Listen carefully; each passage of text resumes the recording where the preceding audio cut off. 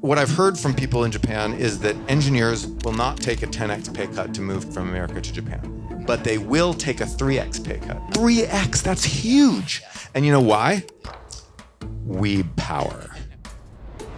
Some of the reason that Japan is such a great place to be and it's so safe and all these things is because it's very homogenous. If Japan goes down the path of some European countries, for example, like it could lead to some friction within the society. Is there any apprehension about all these things perhaps changing if you kind of open the floodgates for more foreigners?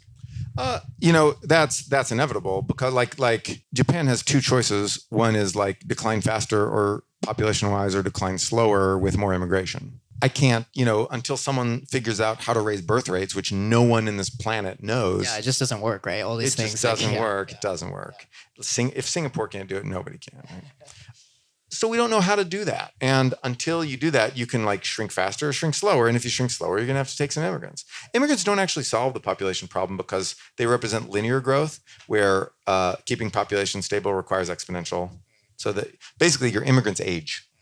You bring people from Vietnam, they'll age too. Maybe it's a temporary problem. But how do you preserve that? The first thing you do is you send everyone to Japanese school. All immigrants, Japanese school. You learn Japanese. So cultural integration. Integration. Active assimilation policy. So Denmark's actually pretty good at this.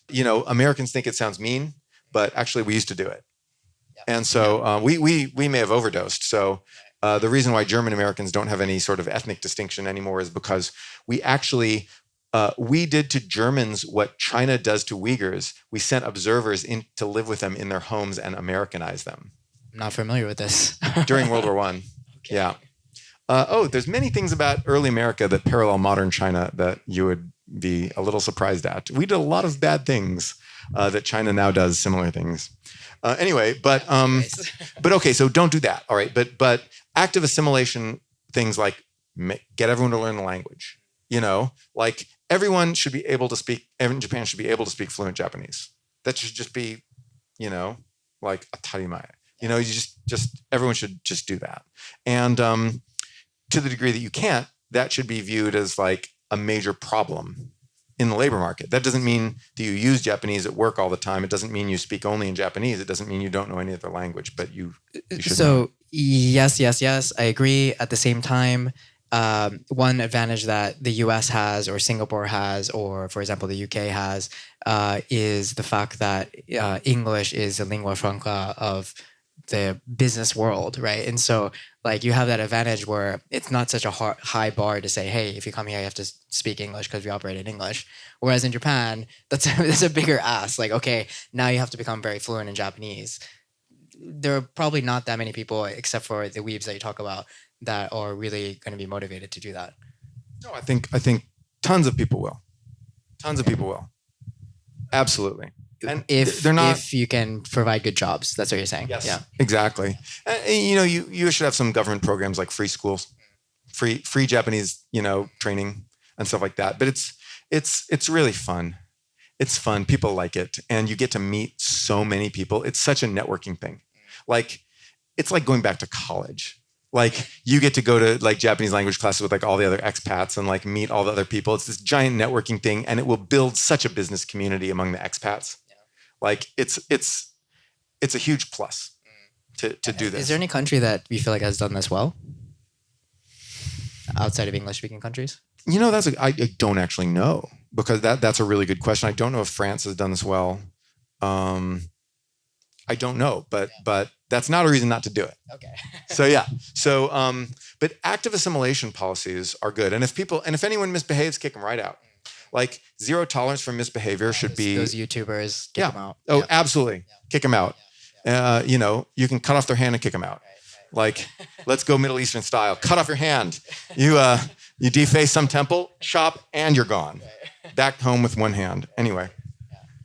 Oh, that's going on the highlight reel. Yeah. Anyway, no, but I'm exaggerating, obviously. But I'm saying like zero tolerance for people coming and screwing with Japan. Like already, almost all tourists to Japan behave themselves incredibly well. You don't see people causing a ruckus. Right. You only see the outliers, right? Right. That's right. You see a few like kick streamers. Yeah. But then There was that guy who like kept yelling, screaming in Japanese people's faces, and then like people just started choking him. And anyway, that's what happened. That, zamamido. I don't know. But then like, yeah. So enforce no misbehavior, and that's really what it's all about. So in terms of homogeneity, how homogeneous is Singapore? I would say it's not. It's not at Yeah, all, not at all, right? yeah. I mean, like everything's written in 3 languages. It's got all these multiple official cultures, even not counting British culture, which is there too. Right, but yeah, it's completely different Yeah. history and context, and Japan is not that way, right? So it's much harder to make that shift. I don't know if that's necessarily true. I think I mean, Japan's not going to put drug dealers in instant death if you're found with drugs, right? It'll throw you in prison. It won't instantly kill you. It's not going to cane you for spray painting something, but like it can, like Japan can enforce zero tolerance of misbehavior. And if you add people slowly, if you add people at a steady rate, the people who came there first will teach the next people like how to behave. I think that's key, right? It's the timing. Like, I mean, yeah, if you let it all happen at once, then that's a lot harder to manage, right? That's Yeah. right. That's Yeah. right. Yeah. So these one problem with Europe has been giant short refugee waves that all came together. Right. Yeah. All right. Thank you, Noah. I appreciate it.